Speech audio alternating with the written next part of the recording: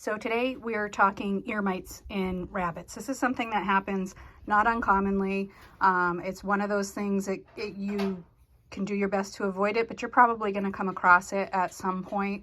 Even though my rabbits are in a barn, their exposure is low, but it does happen, and I believe that it probably blows in on the wind. It is something that happens more in rainy and humid weather, and I've done some research on this, and veterinary and university sites say that the mites do, part of the reason for that is that the mites themselves, they live longer off an animal when it's humid. They don't get all dried out and die. So stands to reason. We've had a very wet year here. Hopefully this summer is a little less wet, so I've dealt with it a little bit more in the past year than I have in years before that. But it's not anything to get overly concerned about. Just like your cats and dogs can get ear mites, rabbits can get ear mites. So the first sign of it, and it's a little hard to tell in this light, but if you see down in this ear is this kind of waxy, scabby canker, they call it. That's just a combination of earwax from the rabbit, dead skin, and detritus from the mites. This is very easy to treat. You can use ivermectin if you want a kind of stronger, more medicated based option. I just treat it with a combination of mineral and tea tree oil. Really what you need is just an oil that smothers the mites and they die. And so I'll do this about every day for like 3 days, and then I'll do it again in a week, 2 weeks, and at 3 weeks, because they have a 21-day life cycle. So that way, if you missed any or any hatched or anything, you should get a good hold on them. It happens really, quickly. It works really quickly. The tea tree has some antibacterial, antifungal properties.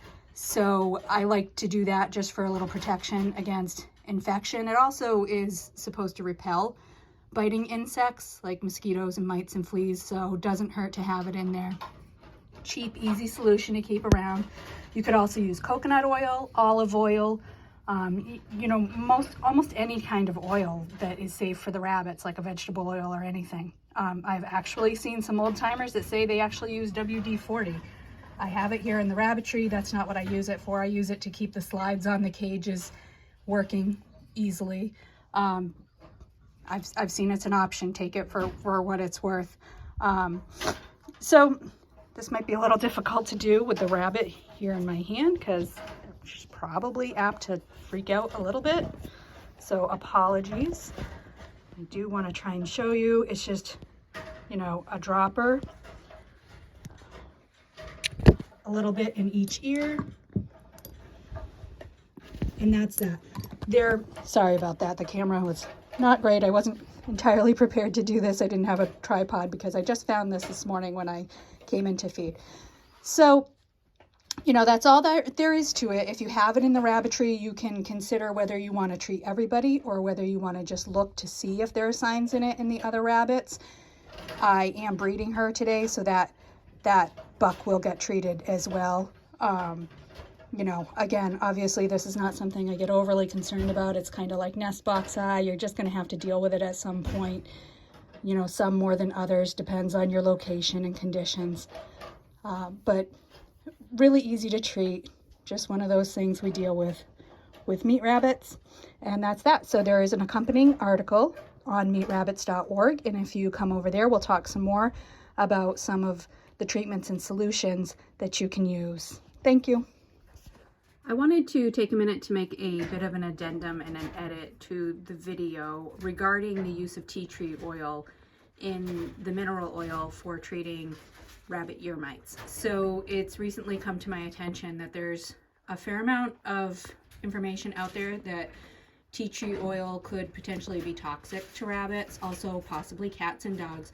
Now, I've tried to look this up, find us some good links and research, university sites and whatnot. I haven't come up with anything definitive there. I have found a number of forums where there are people who say they are vets. Hopefully they're being honest about that. A lot of them say that they would not use it for rabbits. Now, I think one of the problems with the information, and this is not uncommon for anything you look up regarding rabbits, is that there's not a lot of money in rabbits in terms of, say, research projects, pharmaceuticals, things like that. So that's not where the money goes in research. So it's often hard to find research specific to rabbits. It's one of the reasons that a lot of the products that we are using, including ivermectin, are off-label for rabbits, because they're just not studied specifically for rabbits. I'm not saying that they're unsafe or ineffective. I'm just saying that the research isn't there. You know, this isn't exclusive to rabbits. This kind of goes on in a lot of things in the world. The research goes to where the money is. So here's the bottom line that I've determined with the tea tree oil, is that it appears from what I'm reading that tea tree oil in low dose dilutions might be safe, but what that dilution is and how possible it is for someone to achieve the proper dilutions in a home setting is probably pretty questionable. So, you know, erring on the side of caution, it's probably better just to leave the tea tree out. Now, as far as ear mite treatment goes, the tea tree is in there kind of as a boost, as an insect deterrent.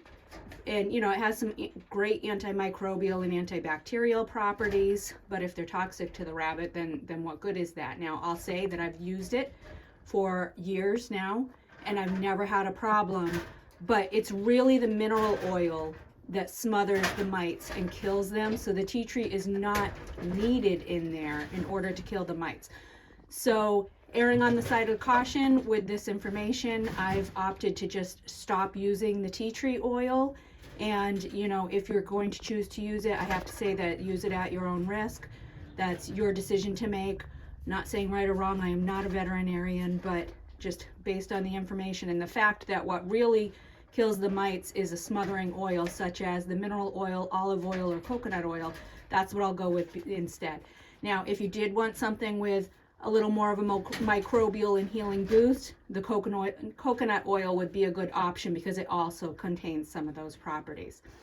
So, you know, if you want to read more on ear mites and ear mite treatments, everything from ivermectin to home treatments like the coconut oil, head on over and join us at meetrabbits.org. Thank you.